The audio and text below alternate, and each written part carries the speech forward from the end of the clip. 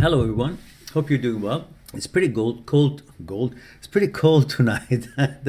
It's a bit cozy. So I've made some tea, and I thought that I share with you an email I received from Shane. And we've already discussed the importance of being with the actuality and not the illusion of the relationship and the memories of it and wishing it back and all that. And that's what it would not let you to move on and so on. We've covered that in detail. However, this is what I can share with you, that as we have covered in detail, to move on with your life, we can maybe try to go cover a few points of it or remind you of a few points of how to move on after a breakup. I've seen many videos or many people who try to say these are the things you got to do, but points 1, 2, 3, 4, 5, it's not a formula. You can't move on by just reading a bunch of sentences which describes what you should be doing. It's nice to know what you should be doing, but everybody automatically will know what they should be doing without thinking about it once they know what is happening to their psyche, why they feel that way.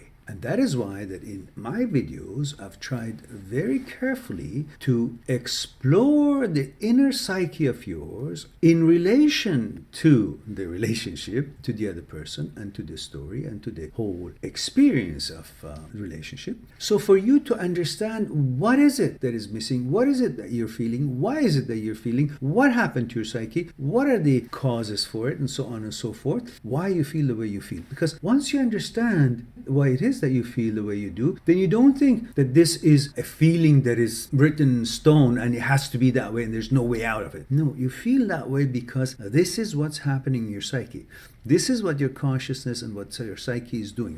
We talked about the center and order and disorder and consciousness and so on and so forth, the whole of you. And we've talked about all that in detail in different videos. So once you understand that, then you will know it doesn't have to be that way. Now I know why I feel that way. Then it's not a mystery for me thinking that this is how one would feel and there's no way out of it because that's what it is when a breakup happens. And that's the effect of it. No. So that's why we've gone through it in detail. However, there are some things that I can share with you, which I wanted to say, are a few points that I thought maybe I can remind you of some of the things that we covered in videos. First of all, the things you got to remember, among many other things that we've covered here, is that we are kind of brainwashed, conditioned from childhood to kind of think of ourselves as if we are lower than the others. Like you're not as worthy or as good or as credible as whatever in quality than the others are. Why I say that? Because if you notice, the way we have most of us, or all of us, unless you're, I don't know, living 1,000 years ago or 500 years ago or 100 years ago, you're a prince of some country, and everybody's sucking up to you. But the reality of most of us is that from childhood, we're being told through government bodies, systems of education, societies that we are in, from teachers, from parents, from the exams that we have to write. We always had to prove ourselves. Like, I passed the exam. So, I'm always trying to prove that I'm good enough. Or parents say something. Or the teachers, the way they treated us. We're supposed to prove ourselves that we're better than the other one. Competition. So the reverse of this, all things that we had to do, we were put to do, is because we were always unconsciously really not thinking about it, been trying to prove ourselves by passing this grade, passing this exam, going to the higher class that was important for us, to be a good boy, better than this one, and the parents or people say, see, so-and-so's son is so good, so-and-so's daughter is so good, you got to be like that one has got an A. Constantly, it was an automatic pressure without we really noticing it that we had to prove ourselves, which reverse of it would make us feel we were not good enough. If I'm supposed to prove myself by passing the exam or that exam when we are a kid, when we are grown up and we are doing things for our advancements, so that's education, that's how to get a license of some kind, that we pass exams, we study for exams, so on, to be qualified for a certain job and profession that we want to offer, like a doctor or a lawyer. So they got to know that stuff. So that's why we study and we take exams and so forth, which I personally really don't believe in exams. But that's the world we live in, and we want to make a living, earn our living, so we got to have a certificate of some kind.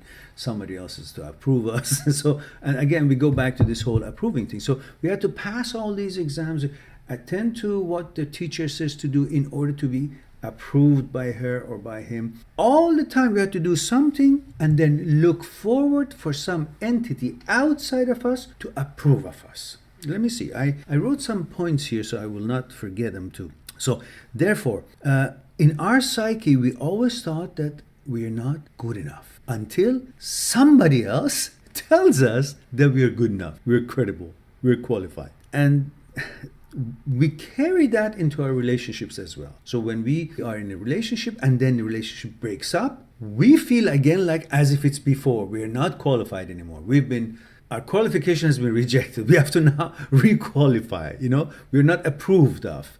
So because it's broken up. So because we've always been brainwashed to seek approvals. Approval of the teacher, approval of parents, approval of some exam, some test, some competition, some whatever.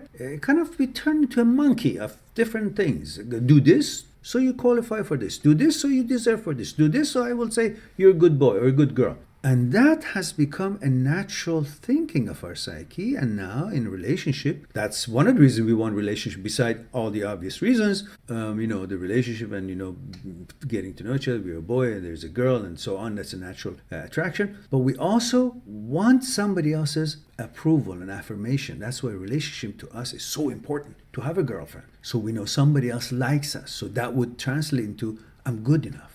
We've always been conditioned to think that somebody should approve of us by having something or being of value, to be with someone. These are all have been translated in some kind of a value for us, some kind of a credit. So when it breaks up, the relationship, we feel, we're now not credited anymore. The affirmation is gone. Approval is gone. Now that's what it hurts. I gotta reapprove myself or get approval. What happened? My approval is gone. And we've always been eager to be approved in life, to prove ourselves. And that's how the brainwash had worked. Now, the other point, let's say the second one. So we've got to realize this.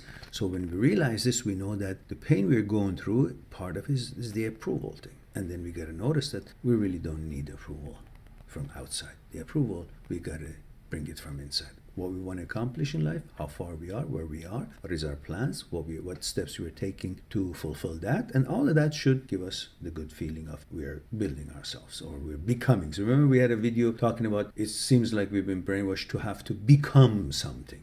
And everything for us translates into that I'm becoming something. As long as I'm becoming something, that I feel like, okay, I'm okay. And this having a girlfriend is like I've become somebody. And then when it breaks up, it's like, I'm not that what I had become. And so all these has the effects on the psyche.